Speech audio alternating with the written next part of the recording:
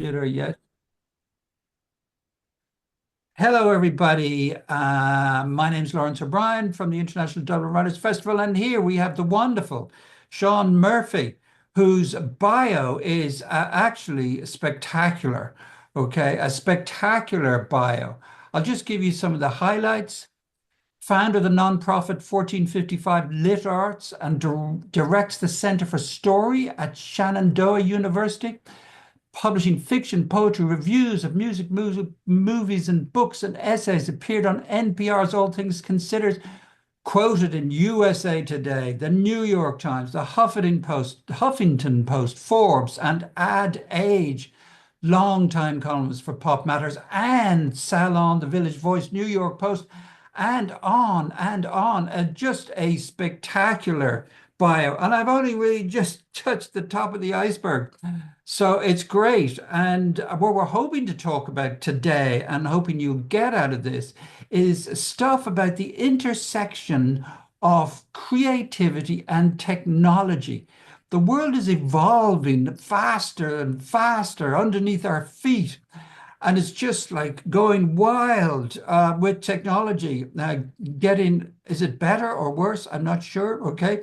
But I just wanted to ask you, just to get started, Sean, just to tell us what do you think about this subject and anything you'd like to say to our watchers today. Well, first of all, Lawrence, thanks for the invitation. It's wonderful to be in conversation with you, and let's make a point to toast a Guinness in person one of these days in Dublin. But delighted to connect virtually. Thank you for that very generous introduction. I think I am. I don't epitomize anything, but I would say which I hope people watching take comfort in, I am an example of how one needs to be nimble and opportunistic because I didn't write a best-selling novel, right out of the gate. Um, I am comfortable with, and in fact, very bullish on technology and this intersection of creativity because I think for one reason, I had to get a real job, which most writers, especially in this century, have to do. But I came of age during the tech boom, so I kind of learned as I went. But the reason that I'm very bullish is one, I think it's the de facto stance for creatives to pretend or actually feel like technology and being part of the world is somehow an anti-artistic stance. And I think that doesn't do a good service to readers or writers because, as you mentioned, things are changing rapidly. In hindsight, they always have. Technology is always coming along, the typewriter leading to the phonograph, to the internet, to now social media and beyond.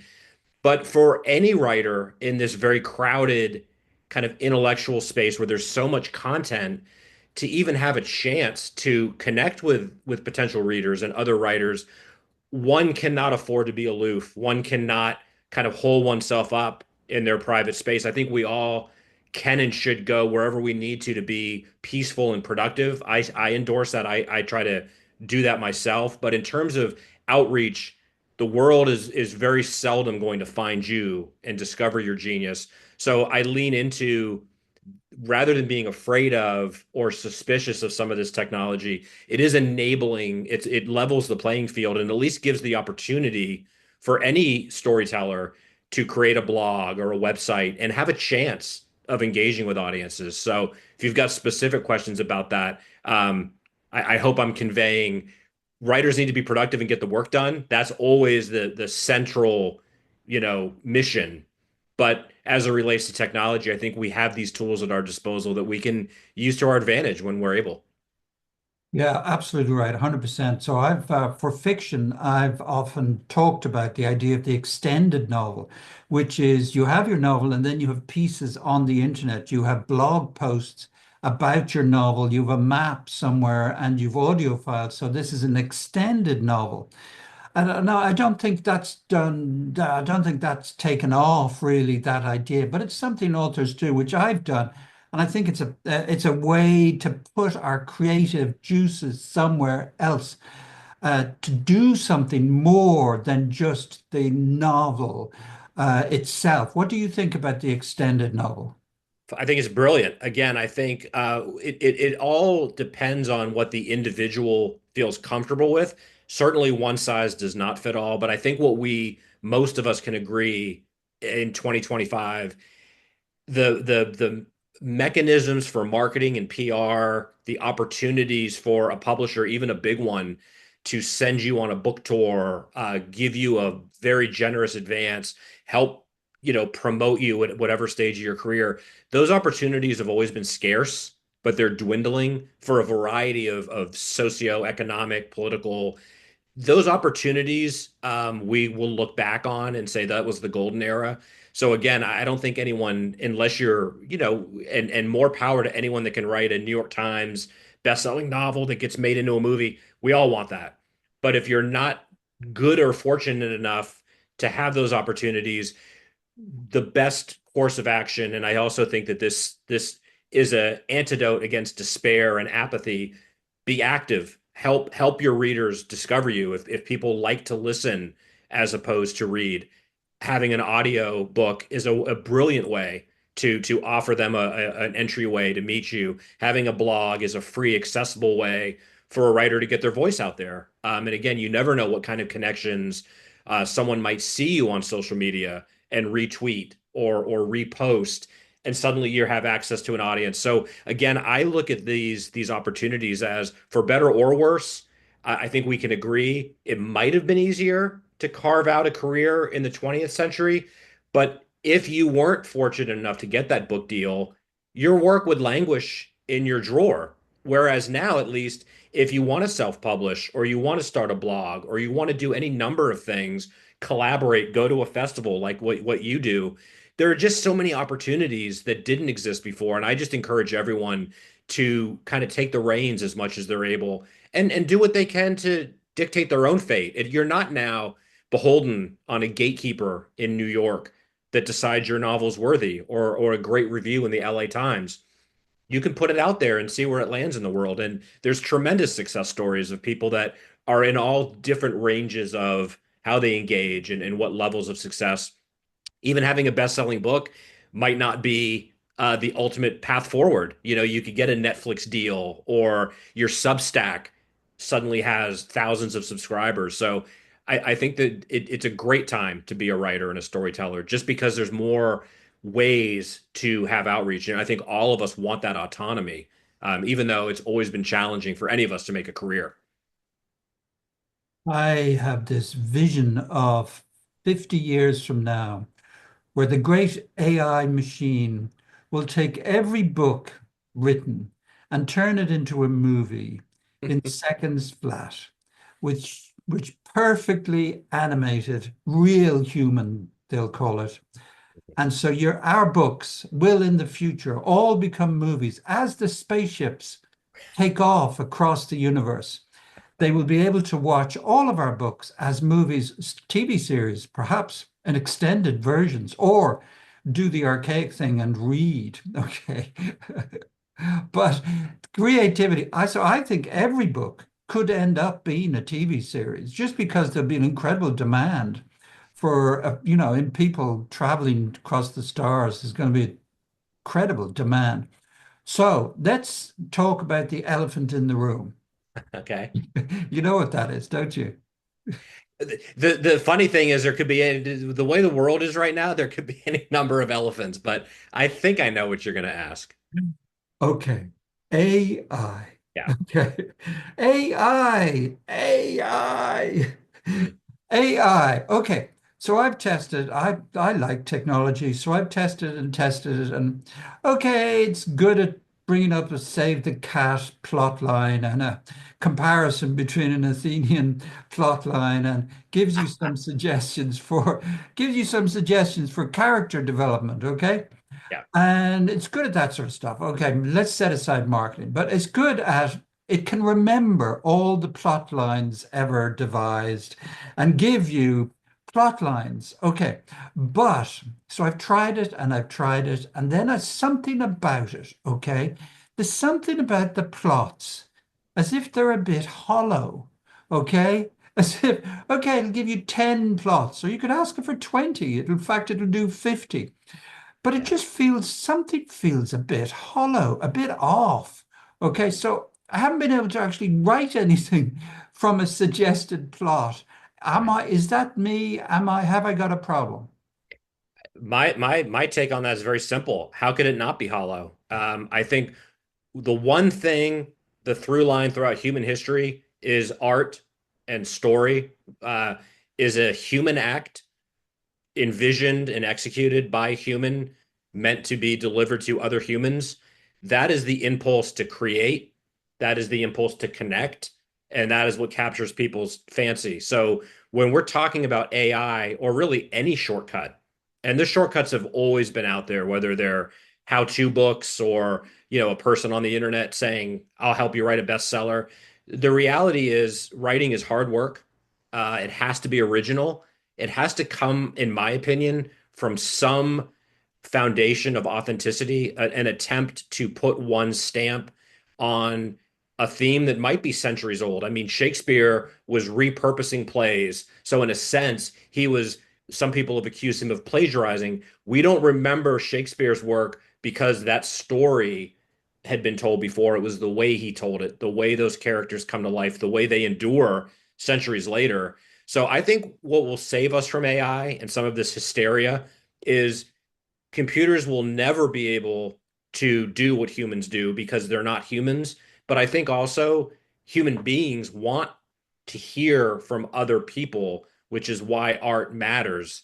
But I do think that that's at cross purposes with our society, our global society, which is always interested in shortcuts and hacks and how do we do this more easily, or the aforementioned, hucksters that say, here are the trends you need to follow to write a bestseller. What a lot of writers don't understand, to their peril, is by the time you, even with the best intentions, jump on a bandwagon, by the time your book comes into the world, that bandwagon has died and your book is irrelevant. So the best advice is always the simplest. Write something that you feel strongly about and write something that will capture someone else's attention. That's the only way. A lot of other factors come into play, timing, your one's ability to communicate and get the work out there or get it recognized. But AI can't and shouldn't replace art, in my opinion. Yeah, I think I find it useful for filling in gaps and remembering things, that I've forgotten. I forgot this, the complete save the cat formula. Okay. I forgot some of the hero's journey. And had I forgotten something, what's the intersection between the hero's journey and save the cat?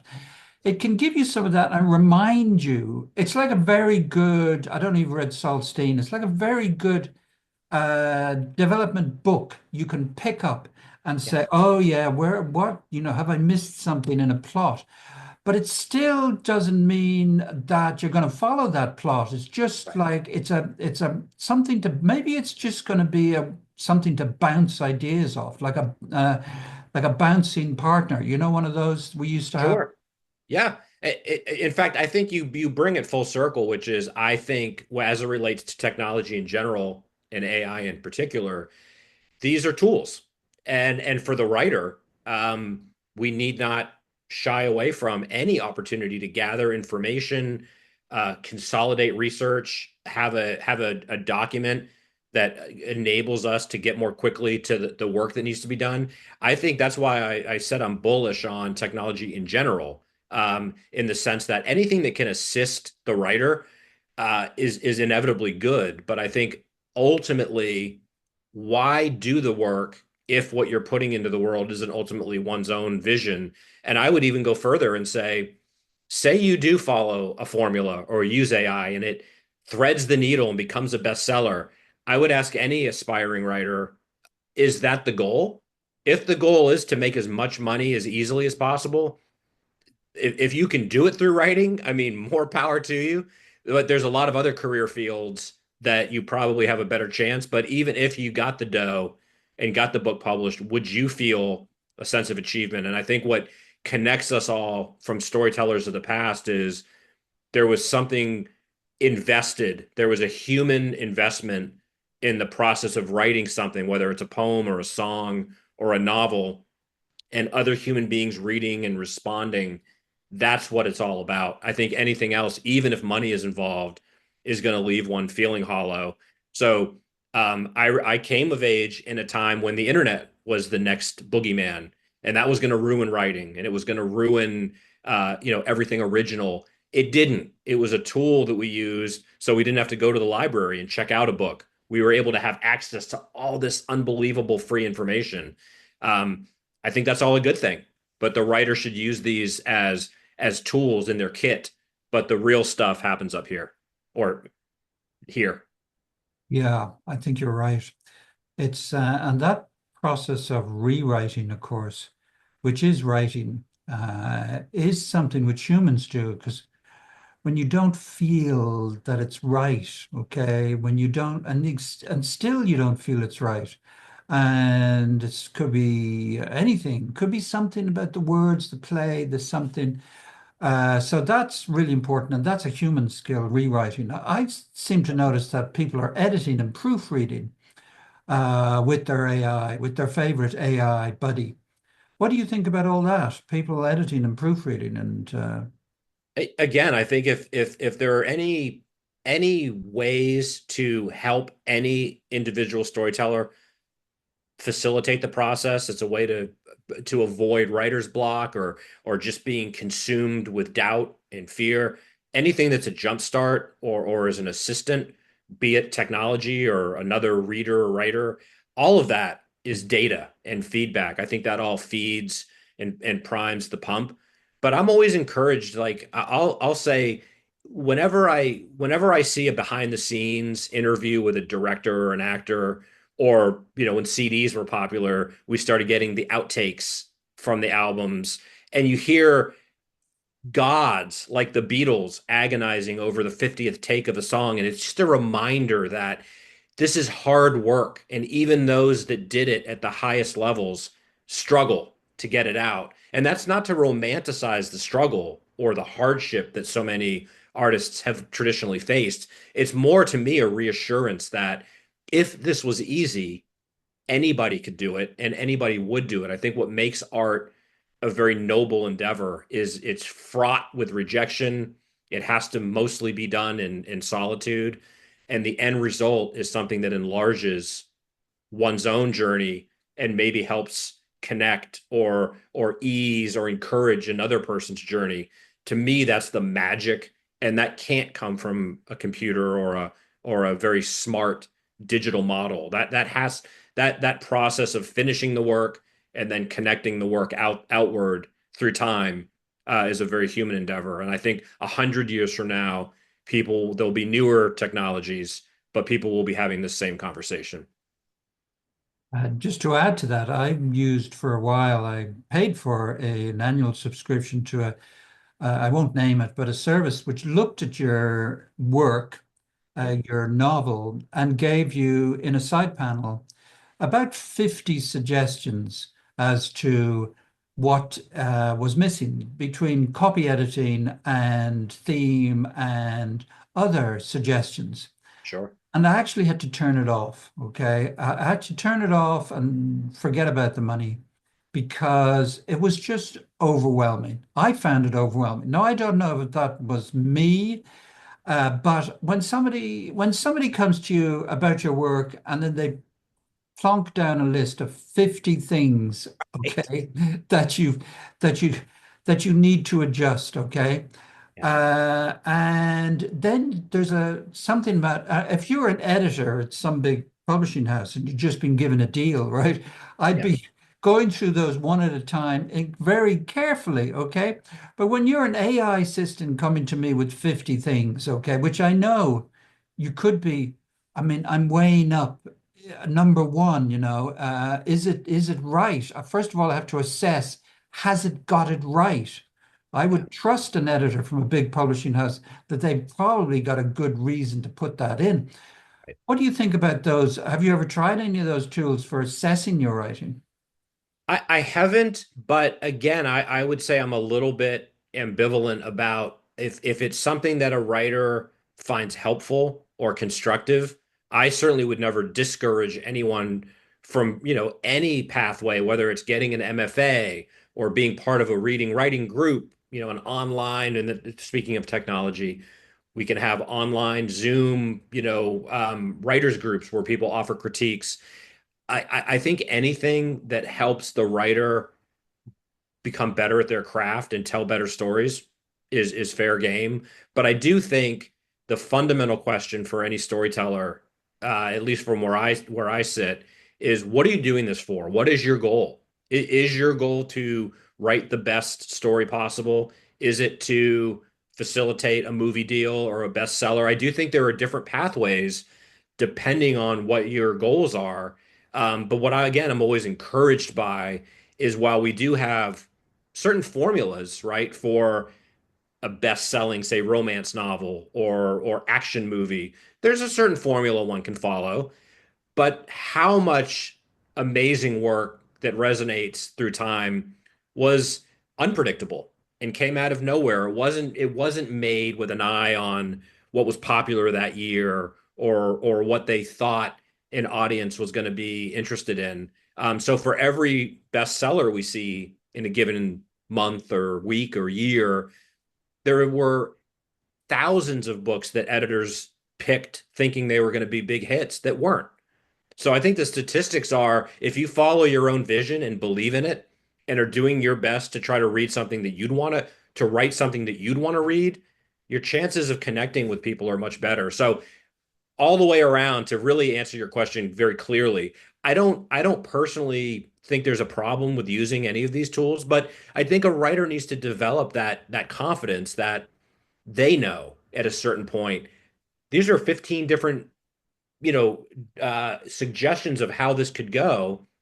And even if that suggestion was offered by an editor saying, this is the path forward, if the writer doesn't feel that that's consistent with what they were trying to do, I would always encourage the writer to make a very difficult decision that they'll feel better about a month or a year or 10 years later. If they chose a path that they thought this will ensure that it gets a good review or sells more copies, again, more power to you. But I think you're going to be a happier storyteller if you're trying to stay true to what got you involved in the first place and seeing it through. And I would say, as someone that has written books that have been published and written books that have yet to be published, the journey and the process is the most gratifying part. Whether that's a cliche or not, the journey of figuring it out as you go teaches you a lot about yourself, and it does make you better at your craft. So there's no failure. Yeah, that's absolutely right. And I love that answer. That's very good. Thank you for that. So, can you tell us a little bit what you're working on now? What sort of stuff you do, Sean? Well, I'm definitely, as you noted in the bio, I'm certainly a master of none. I guess I'm a Uh-huh. jack of many trades in that I've published poetry, I've published fiction, I've published a lot of nonfiction. That has been consistent with my sensibility, developed over, at this point, decades of just not being satisfied. I can't fit in one box. Some of those boxes may have been more straight line toward whatever we call success, but for me, the obsessive desire to make sense of the world through writing leads me into certain areas. So I'm happy to say I'm finishing another collection of poetry that hopefully will see the light of day somewhat soon.